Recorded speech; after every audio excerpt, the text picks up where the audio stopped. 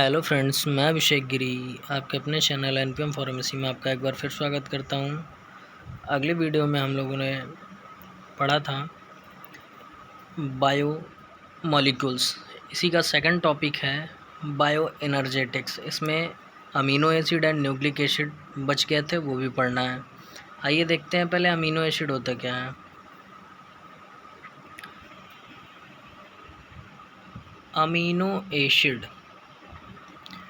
Amino acid are the group of organic compound containing two functional group amino and carboxylic. Amino acid are a group of organic amino acid जो होता है वो organic compound का group होता है। इसमें दो फंक्शनल ग्रुप प्रेजेंट होते हैं, एक अमीनो ग्रुप एक कार्बोक्सिलिक ग्रुप। अमीनो ग्रुप क्या NH2 is the basic, while जो अमीनो ग्रुप होता है वो बेसिक होता है वाइल यानी, जबकि कार्बोक्सिलिक ग्रुप क्या होता है एसिडिक नेचर होता है। General structure of amino acid. Amino acid का जनरल स्ट्रक्चर आप देख लीजिए, ये RCOH NH2H। Classification of amino acid. There are different way classify amino acid based on the structure, chemical nature, nutrition and requirement ETC।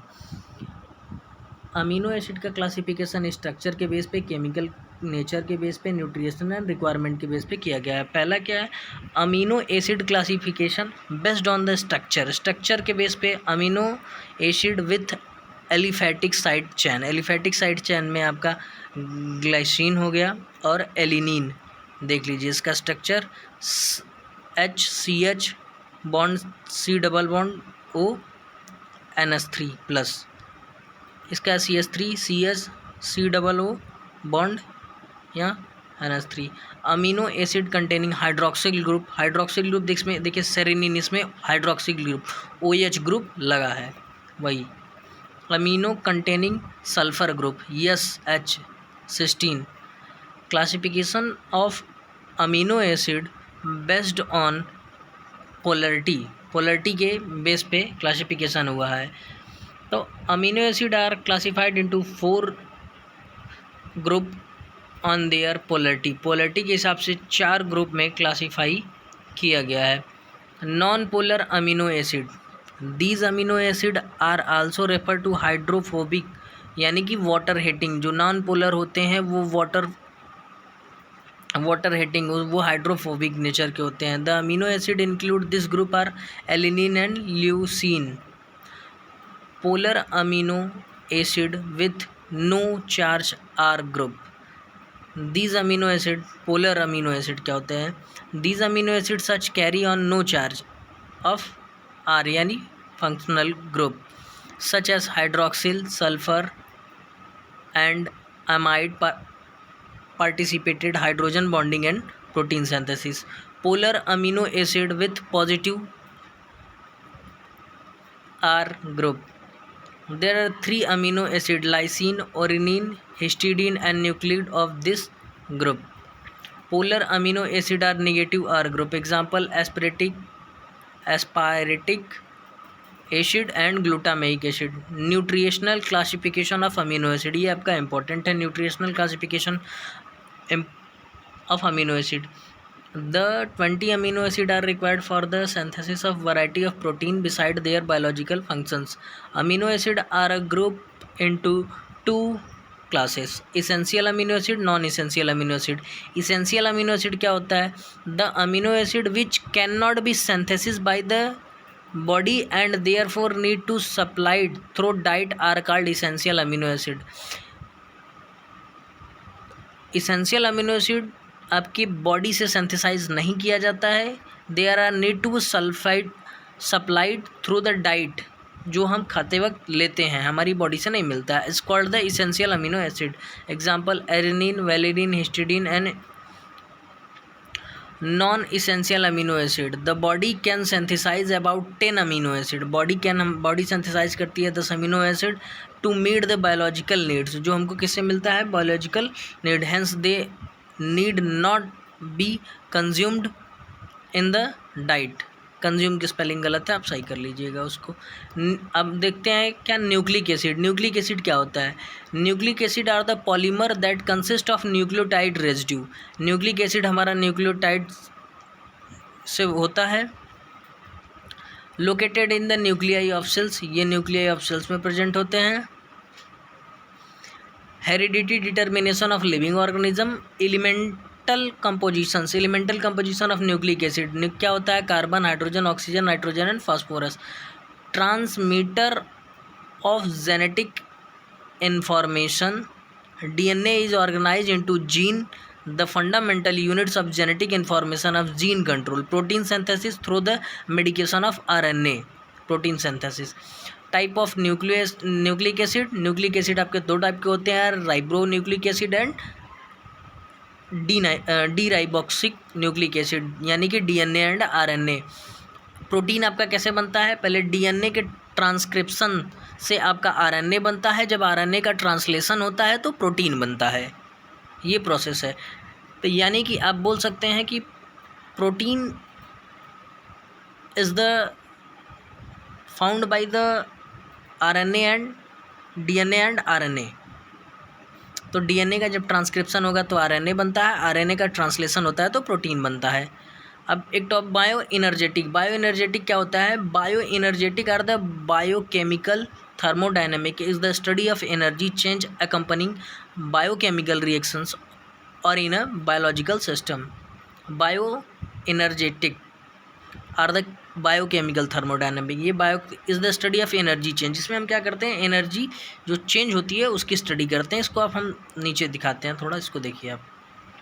हाँ, the term bioenergetic is made up of two words, ये दो words से मिला है। Bio means life और living, energetic means study of energy. तो so basically bioenergetic is the study of change in biological reaction. Bioenergetic is the field of biochemistry concerned with the transformation and use of energy by living cells.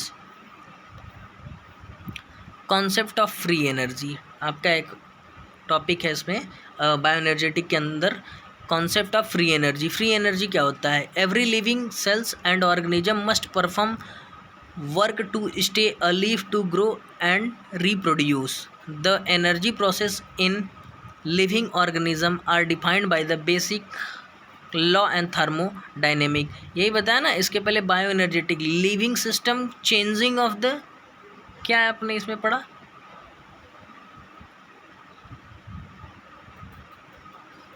Sorry इसमें अगर energetic study of energy, हम क्या कर रहे हैं, study energy की study कर रहे हैं लिविंग ऑर्गेनिज्म में। तो वही है कि every living sales organism must perform work, जो वर्क करते हैं टू से ग्रो टू रिप्रोड्यूस, वो बढ़ाने के लिए। Living organism are defined by the basic law of thermodynamic, यानी कि study of energy. The energy actually available to work utilise the known as free energy. The energy actually available to do work, जो हम work करते हैं वो energy होती है, that is called the known as free energy. Change in the free energy को delta G से denote करते हैं, रिप्रेजेंट करते हैं डेल्टा जी से। Are valuable predicting the festival of chemical reaction.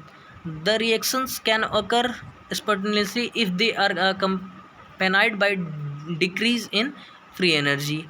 During chemical reaction, heat may be released from the absorb.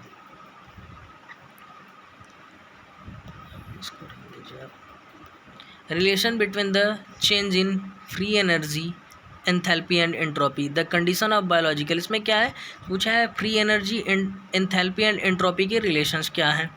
The condition of biological system are constant temperature and pressure. Under such condition the relation between the change in free energy, enthalpy and entropy can described by expressions where T is temperature in the system of Kelvin, system in Kelvin, delta G free energy, delta H आपका क्या है enthalpy है, और T क्या है temperature constant, delta S क्या है आपका एंट्रोपी है। ये है आपका relation, delta G equal to delta H minus T delta S. T represent absolute temperature kelvin, जो केल्विन आपका कितना 273 डिग्री सेल्सियस। एक्सर्गोनिक रिएक्शन क्या होता है? एक्सर्गोनिक रिएक्शंस आपका डिफिनेशंस पूछते हैं, ज़्यादा इसमें कुछ हुआ नहीं। एक्सर्गोनिक impulse the release of energy from spontaneous chemical reaction without combined utilization of energy. These reactions have an ability to perform work and include the most catabolic reaction and cellular respiration. आपका cellular respiration and catabolic reactions में जो work होता है, release of energy, जो energy का release होता है आपका, इसमें delta G the release of free energy. Exergonic reactions जो फ्री एनर्जी रिलीज होती है उसको एक्सर्गोनिक रिएक्शंस बोलते हैं। ये आपका ये जो इसका formula delta D G equal to G product upon minus G reactant and zero. Endergonic reactions, endergonic the term is opposite exergonic. ये क्या होता है? जो अपोजिट होता है, non spontaneous and require an input of free energy. जो input इसमें क्या था, रिलीज ऑफ फ्री एनर्जी, इसमें रिलीज नहीं, इनपुट ऑफ जो मिले। Most of the anabolic reactions these like photosynthesis, DNA and protein synthesis are endergonic in nature. जो photosynthesis होता है, डीएनए एंड प्रोटीन की सिंथेसिस होती है, वो इंडरगोनिक के नेचर में आता है। The release of energy G is endergonic reactions. The constant temperature and constant pressure and temperature is donated by delta g is equal to delta g product and minus g greater than 0.